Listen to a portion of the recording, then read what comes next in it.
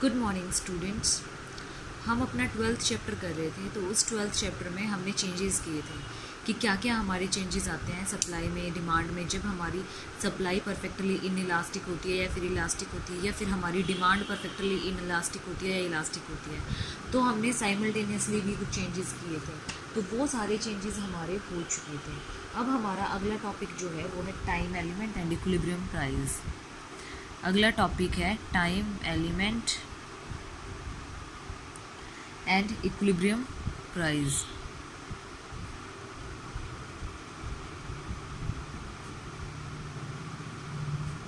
हिंदी में जिसको बोलते हैं समय तत्व तथा संतुलन कीमत। समय तत्व तथा संतुलन कीमत ये है।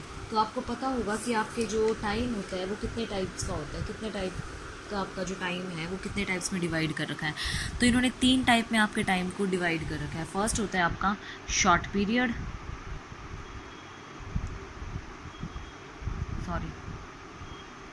शॉर्ट पीरियड, दूसरा वेरी शॉर्ट पीरियड, और तीसरा लॉन्ग पीरियड। तो ये आपके 3 तरह के टाइम होते हैं, short period, very short period और लॉन्ग पीरियड। इसको हिंदी में बोलते हैं अति अल्पकाल, अल्पकाल, और तीसरा आता है आपके पास लॉन्ग पीरियड, दीर्घकाल। ठीक है स्टूडेंट्स, तो ये है आपके 3 तरह के टाइम पीरियड। तो हम अब 1 बाय 1 लेकर चलते हैं एक एक को। तो मैं सबसे पहले डिस्कस कर रही हूँ वेरी शॉर्ट पीरियड।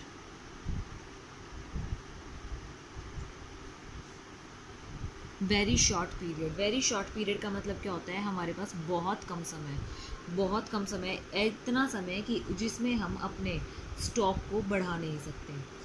अति अल्पकाल एक ऐसी टाइम पीरियड होता है, ऐसी समय अवधि होती है जिसमें हम किसी वस्तु की पूर्ति को केवल उसके स्टॉक तक बढ़ा सकते हैं, उससे आगे नहीं बढ़ा सकते। मतलब जितना हमारे पास स्टॉक है हम उतनी ही सप्लाई कर सकते हैं, उससे ज़्यादा सप्लाई नहीं करते। ये हो जाता है ना कि आप अभी प्रोडक्शन करके मुझे दे दो, तो वो हम इसमें नहीं कर सकते। क्यों? क्योंकि इसमें हमारे पास जो टाइम होता है वो बहुत कम होता है। ठीक है, अब इसके अंदर डायग्राम, इसके अंदर कौन कौन से गुड्स आते हैं, इसके अंदर आपके पेरिशेबल नेचर के गुड्स आते हैं।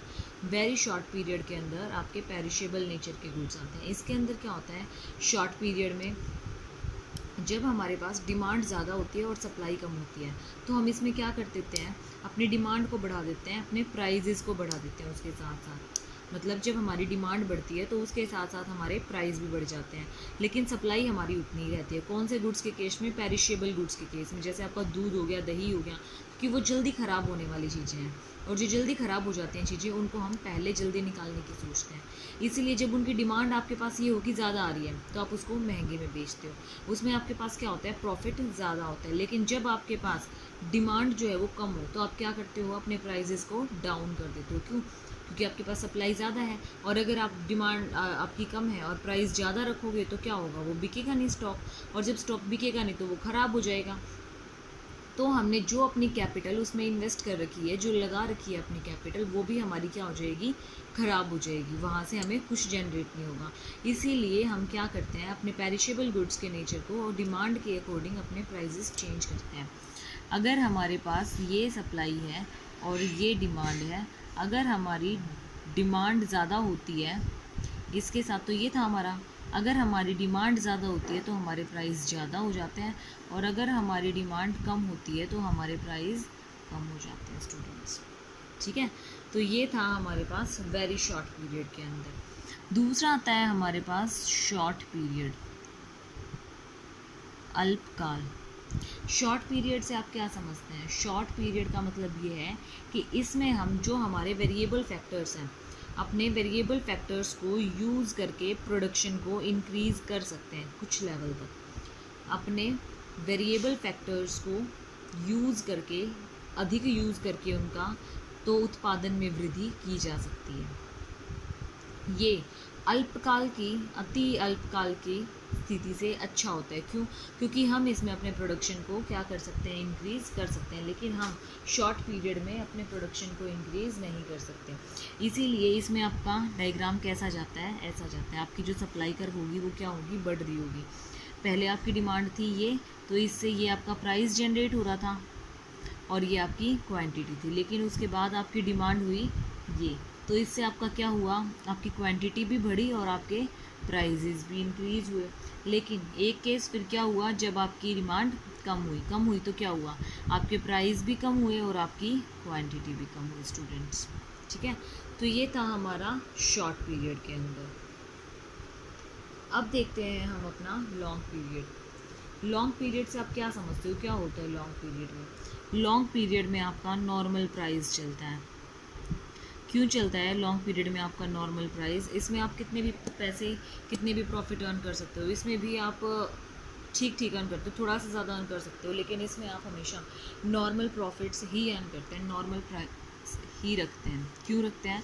क्योंकि इसमें लॉन्ग पीरियड होता है और लॉन्ग पीरियड में कितने भी आपकी सप्लाई बढ़ाई जा सकती है अकॉर्डिंग टू डिमांड। तो ये होगा हमारा प्राइस, ये होगी हमारी क्वांटिटी और ये होगा हमारा इक्विलिब्रियम पॉइंट। ठीक है स्टूडेंट्स, ये है हमारे लॉन्ग पीरियड के केस में।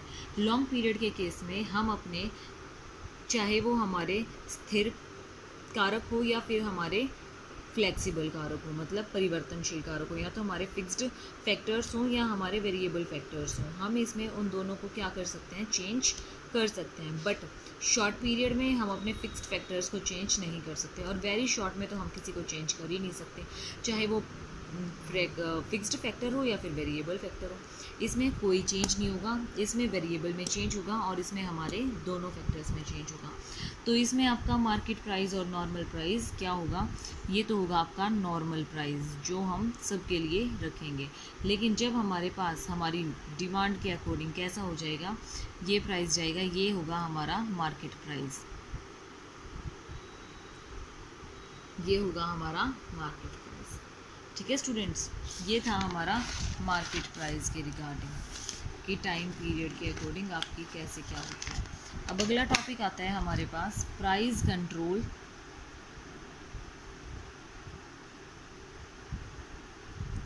Bye government, selling price and floor price. Student I think इसको हम कल देख लेते हैं, क्योंकि ये जो हमारा टाइम एलिमेंट का टॉपिक था ये भी हमारा इम्पॉर्टेंट टॉपिक था, तो इसको हम कल डिस्कस करेंगे। और फिर आपका जो आपको लर्न करने के लिए दे रखा है वो भी लर्न करना है, देखना है आपको। सो इसको कल डिस्कस करेंगे और आप अपना पढ़ना शुरू कर दीजिए। आपको पता है कि आपके टेस्ट होंगे, so prepare your test. Thank you students.